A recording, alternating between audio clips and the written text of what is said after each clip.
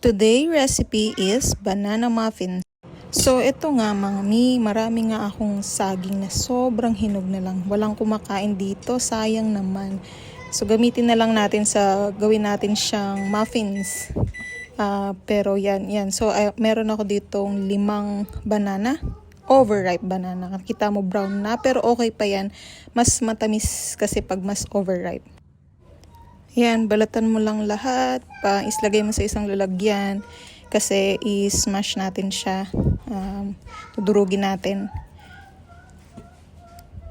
So, imbis nga banana loaf, mas gusto ko siyang gawing muffins kasi pag banana loaf, ayaw nilang kainin, naiiwan. Pero pag muffins na ganyan, so it's easy to grab siguro. That's why mas gusto nila yung ganun, mas madaling maubos. So ayan, durugin lang, durugin lang. Pero wag masyadong durug na durug para hindi siya, basta sakto lang. Kasi mas okay yung pag kinakain mo, meron pa siya talagang bakas ng banana. Ayan, pag ganyan na siya, okay na yan. Tapos meron din akong ilalagay since marami ang dates dito. Nakabili ako ng date paste. Ginawa ko is, inano ko lang yan sa microwave para hindi siya, kasi galing siya sa rep. So, yan na rin yung ilalagay ko para tumamis yan. Hindi na ako maglalagay ng sugar. Mas healthy, pero sakto yung tamis niya. Masarap siya sa muffins din. Usually, yan ang ginagamit ko pag sa baking. Kasi nga, para mas healthy. So, yan. Mix mo lang yan lahat. All together. Halu-haluin lang.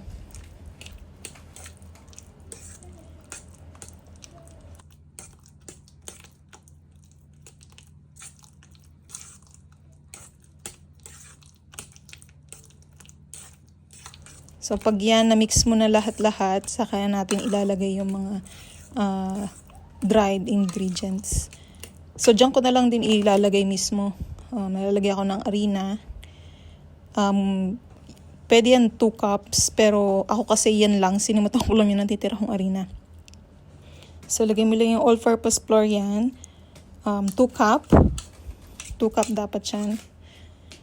And then, pagkatapos niyan, yan, maglalagay na rin ako dyan maglalagay ako dyan ng cinnamon powder. Yan, konti lang, ganyan lang. Tansya-tansya lang. Yan, tapos maglagay din tayo ng konting asin para pambalanse. So, pinch lang yung nilagay ko dyan na asin. Ganyan lang. Para mabalanse lang yung tamis at saka yung alat niya. Tapos, naglagay din ako dyan ng baking powder para medyo umalsa. Ayan, 1 teaspoon lang siya. Tapos niyan, haluin lang hanggang sa maging wala na yung buo-buong harina niya. Pero wag mong over mix din kasi mas maganda yung sakto lang para maganda siyang tignan kapag binake na din.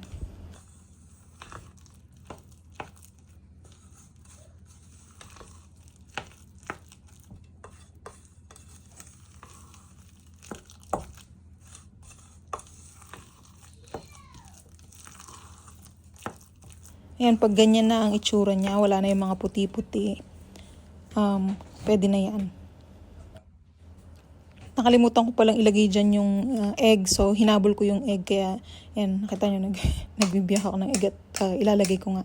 So, make sure na ilagay mo na sa ibang lalagyan yung egg para in case na sira yung egg is hindi mahahalo agad dun sa mixing nyo, sa mixture nyo. Ayan, halu-haluin lang din ulit yan hanggang sa ma-incorporate na yung egg sa mixture. At saka yun nga, mawala na yung buo-buo na harina.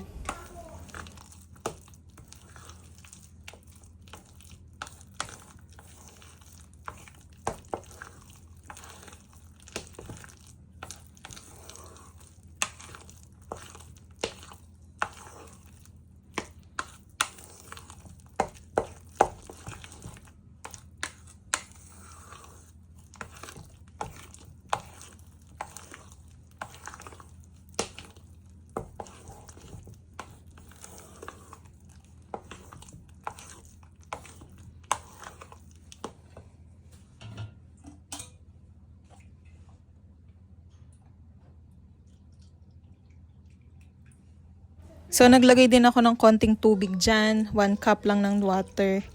Kasi medyo, sabi ko parang ang lagkit niyan tignan. So, baka hindi umalsa ng maayos or dagdag na rin para ano. Mas bigat kasi siyang haluin eh.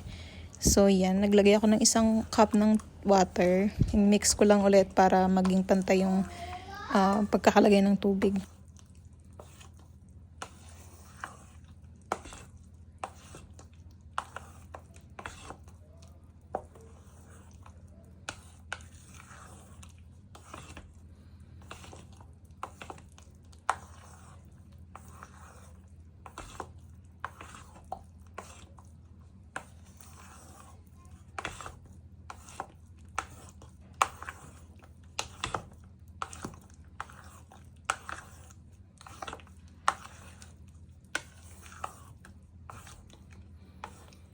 Yan, pag ready na yan, naglagay din ako ng choco chips. Ayan, choco chips yan. Ipapakita ko pa sa inyo. Ayan, Hershey ang gamit ko.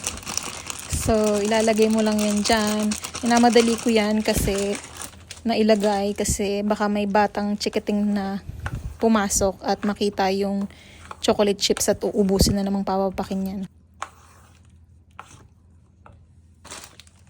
Dito marami kaming laging raisins. Gusto namin yung raisins, tinapapak lang. So, maglalagay din ako ng raisins. Masarap yung raisins sa tinapay, sa mga cupcakes din, nilalagyan ko yan.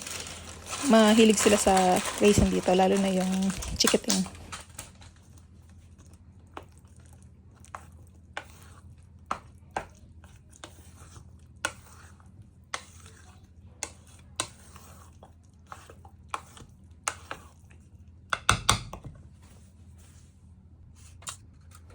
Ayan, naglalagay na ako ng mga lalagyan para hindi na dumikit doon sa pan niya. Ay, ang bagal-bagal. Naku. Pabilisin natin ng konti. Fast forward natin.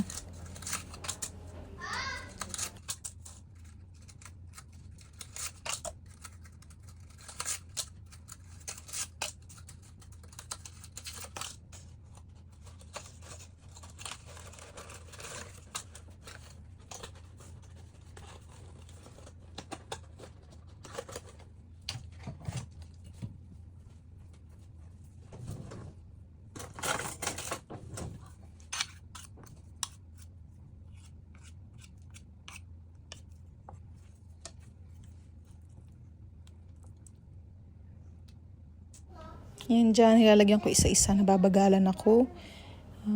At maliit yung pang scoop ko. Pero gusto ko kasi siyang ginagamit, yung ice cream scoop na yan dahil hindi siya nagiging messy sa lalagyan. Yan. So, lagay ko lang lahat muna yan at tapusin ko lang muna ilagay. Fast forward na natin para mas mabilis.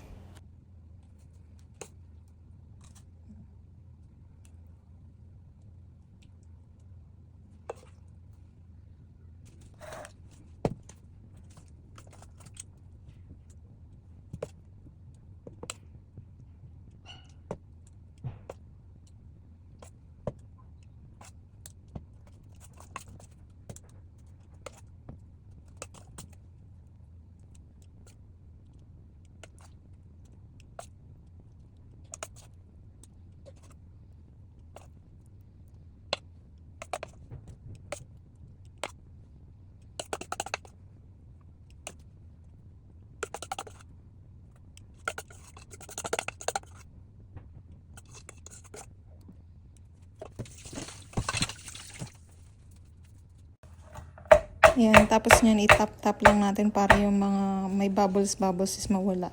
Masiksik siya mismo. Tapos lalagyan ko lang din siya ng, yan, nililinisan ko rin yan para walang pagbinig. Tapos, lagyan natin ng toppings pa. So, yung chocolate chips, lagyan ko rin sa ibabaw para magandang tignan. Yan, ganyan lang. Tinatansya ko dyan kasi konti na lang yung chocolate chip. So, gusto ko malagyan lahat.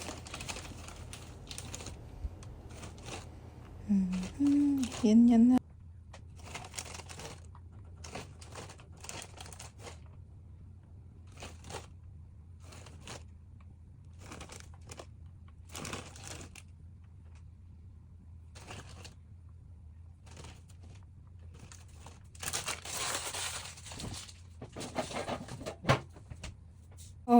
Okay, yan. Bake na natin.